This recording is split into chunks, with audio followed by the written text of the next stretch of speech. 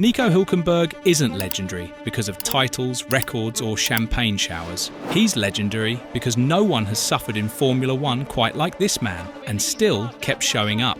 From the beginning, Hulkenberg has been the sport's ultimate underdog. Not the guy in the fastest car, not the one with the richest backing. More like the guy you'd bet against if he was racing a forklift against a Vespa. Not because he's slow, but because the universe just seems allergic to seeing him succeed.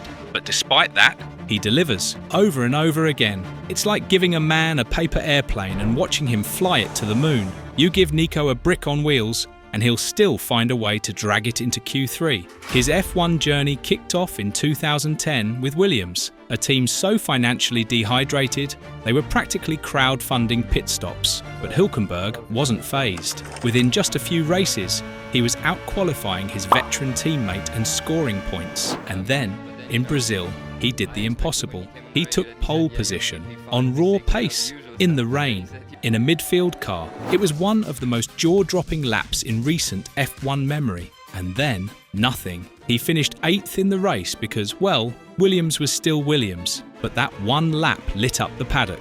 People saw the potential. He was young, hungry, and clearly fast. So you think he'd lock down a long-term seat, right?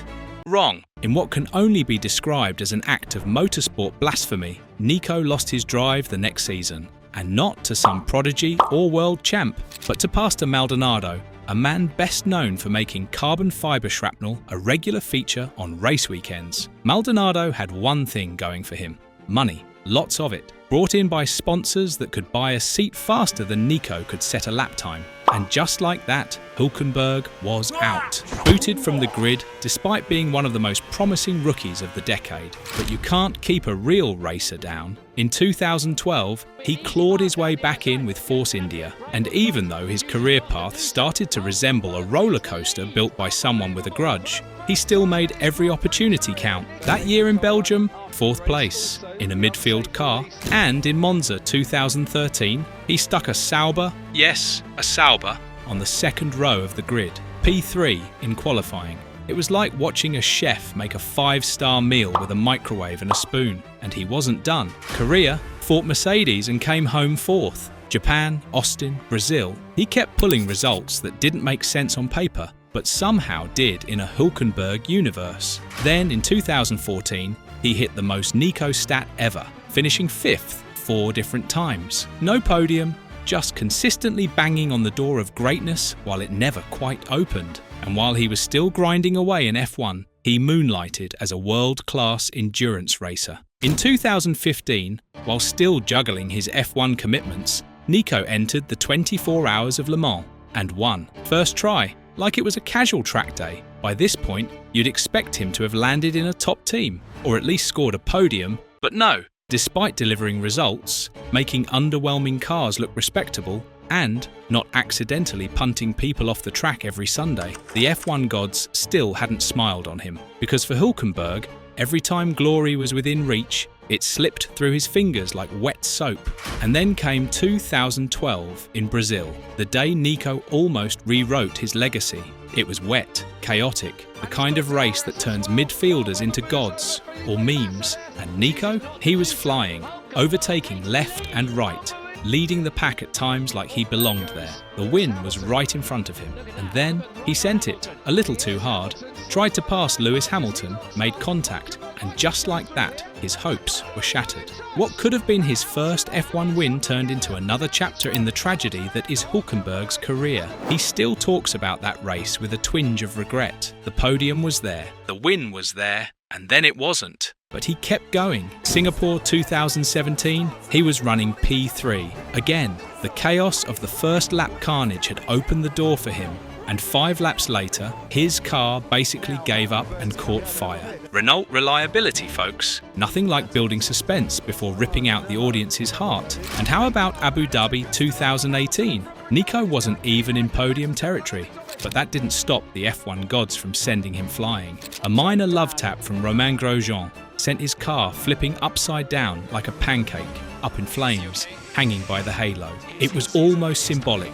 No podiums, but still managed to go out in a blaze of glory. Then came 2019, The year where everyone thought maybe, just maybe, this was it. Teammate to Daniel Ricciardo. New opportunities. Home Grand Prix in Germany. The stars were aligning, and for half a second, it looked like Nico was finally going to stand on that podium.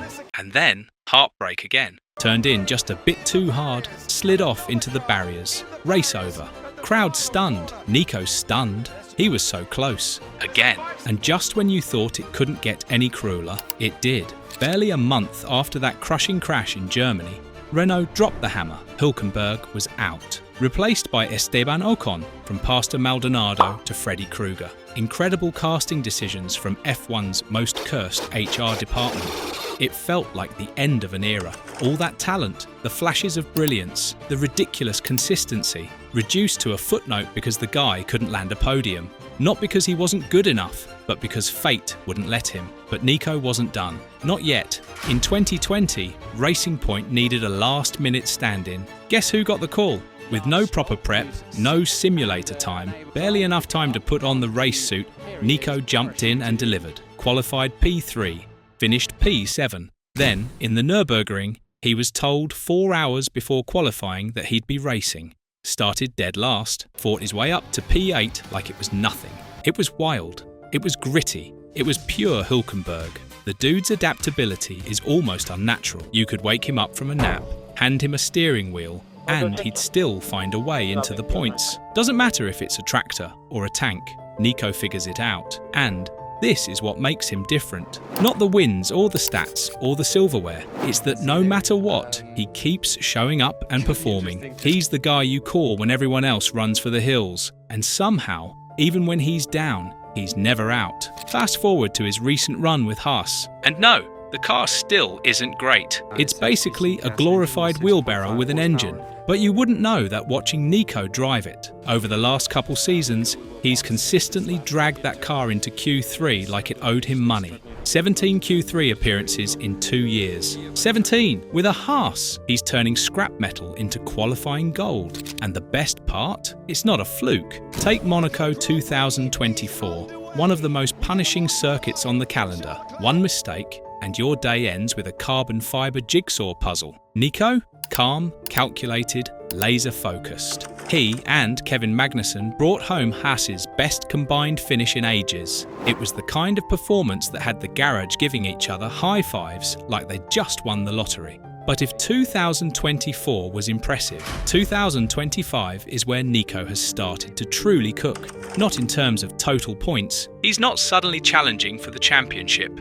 But in comebacks, consistency, grit, he's putting together a season that feels like a career renaissance. Started 17th in Australia, finished 7th, started 16th in Spain, crossed the line in 5th, started 13th in Canada, fought his way to 8th. He's not just outperforming expectations, he's breaking them. And he's doing it in a car that looks like it was designed during a lunch break. One sponsored by a gambling company, no less. The fact that it even finishes races is a miracle.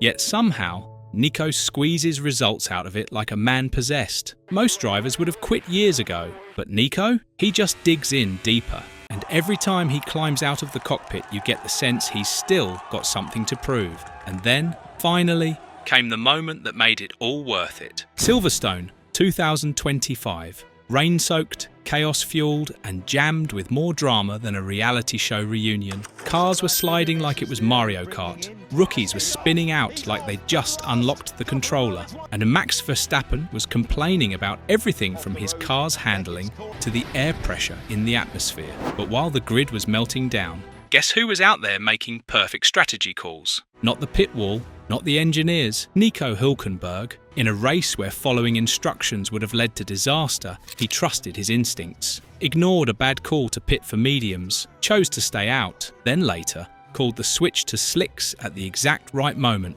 He wasn't just driving, he was playing 4D chess while everyone else was flipping coins. And it paid off. One by one, the chaos cleared. Lance Stroll threw away 3 pesos like a used napkin. Lewis Hamilton started sliding around like he was trying to drift through a car wash. And in the middle of it all, Nico, calm, composed, and soaked to the bone, held his ground. P3, after 239 races, 15 years, 0 podiums. The drought was over. He crossed the line and finally stood on the podium.